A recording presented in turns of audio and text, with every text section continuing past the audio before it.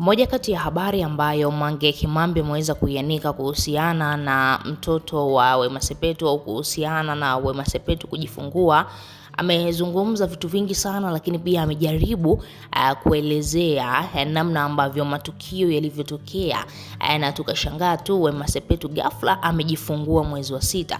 Watu wengi sana tuliweza kushangaa hicho kitu, lakini tumekichukulia kawaida kwa sababu tu Watanzania wamefurahi, mashabiki wamefurahi, kila mtu ana furaha kubwa baada tu ya kuona Wema Sepetu amefurahi swala zima la kupata mtoto, jambo ambalo limepelekea watu wengi wasifikirie kuhusiana na hichi kitu ambacho Mange Kimambi na yeye pia aliweza kukifikiria. Na ukiangalia kuna namna fulani hivi ambayo haieleweki, na ukiangalia pia ni kama vile kilitokea kitu ambacho kiliweza kutokea kipindi kile kwa Jux pamoja na Priscilla. Jux na Priscilla bwana, tuliweza kushangaa maajabu.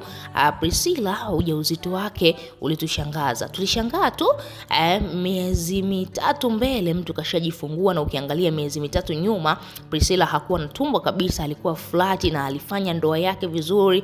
Na Jux tunakumbuka ilikuwa ni ndoa ambayo imefanyika kwa asilimia kubwa sana, yani imefanyika hapa Tanzania mara ngapi, imefanyika kule Nigeria, na ndio maana tulikuwa tunamuona Priscilla mara kwa mara, tofauti na hivi ambavyo Wema Sepetu alikuwa anajificha ficha. Sasa Mange Kimambi akadai kwamba anahisi labda huenda huyu Wema Sepetu kuna namna fulani hivi amefanya ili mradi kupata mtoto, na ametengeneza mazingira kwamba aonekane yeye ndo amebeba ujauzito.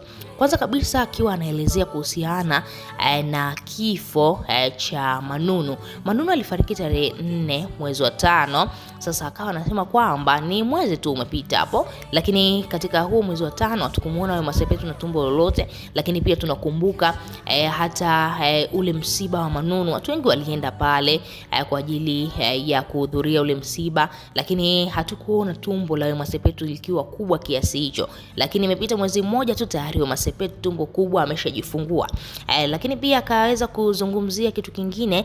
Tumeweza kushuhudia wiki 3 nyuma Whozu aliachia ngoma ya Forever. Hiyo ngoma ya Forever Whozu pamoja na Wema waliweza kuifanyia challenge. Sasa katika ile challenge kuna namna fulani hivi Wema Sepetu alikuwa nyuma ya Whozu, alafu wanafanya challenge, akawa anamsogelea sana. Comments zikawa ni nyingi sana, mashabiki wakawa wanajiuliza mbona kuna muda hii mimba ya Wema inakuwepo, kuna muda haikuwepo, kwa sababu ukiangalia video ambayo waliweza kufanya na Whozu alikuwa anamsogelea sana Whozu, ni kama vile hakuna tumbo lolote ambalo lipo kati yake.